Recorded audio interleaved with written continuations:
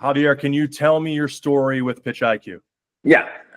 So Javier Mejia, I have a daughter. She was 12 when we were looking for something to help throwing. This was in February of 2024. And from that point, right, she was, I think she was throwing like 58 miles an hour. Her pop time was like a 184 at that event. And so we were looking for something to improve her throw, improve her pop time, just overall improve everything that she had, so she had her best shot for this national selection event. So we were just looking around, Googling, and I saw these PitchIQ ads on Facebook, I think it was, or pretty sure it was Facebook. Saw them like dozens of times. I clicked on it dozens of times, and I think it was one night. Might have been sometime in the summer. I clicked on it, read through it in pretty good detail. Everything kind of like, I'm a super science based, kind of process based. I like to see numbers and charts and things, but something to make it more legit sounding, and that's what it read. That like to me, super, very informed and safe, right? And what got me the most was really hey, this isn't an overnight thing, because I know throwing is probably one of the longest tool taken to develop thing. Right? You're not going to wake up today, throw 30, and come out next year and throw 78. It's a process thing.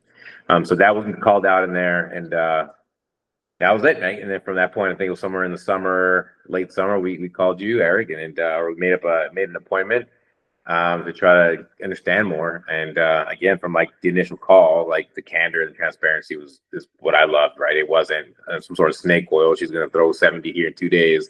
It takes time and work, and made a program, super data-based, informed. We took time to interview and understand where she was at and all of those things, and crafted a unique custom program. And she did the work, right? Like the end result. So fast forwarding to actually last weekend, she went to a PG baseball type event for softball. It's called PGF softball, where you have all the best players in the nation into this one field house, or this big old dome. Actually, she was 13. She's probably the youngest there, because it's age of 13 and up, all the way to 18. So she went there. She did a pop time station, and she threw a 1.59, which for softball is, I think 1.8 is the D1 standard, and at 1.84 she was really, really, really good. She went there and threw the highest pop time in record of this organization, of this PG whatever it is softball. Like in their software, it doesn't, as far back as it goes, of any age group, she is the fastest pop time thrower. Throwing wise, she went there. I think she recorded a 64, but I don't remember if that was before or after her pop time. Velocity leading up to that, we have done the work in here, and we have a radar, and she threw, she's thrown 65 just from like a regular throw, running gun at 69.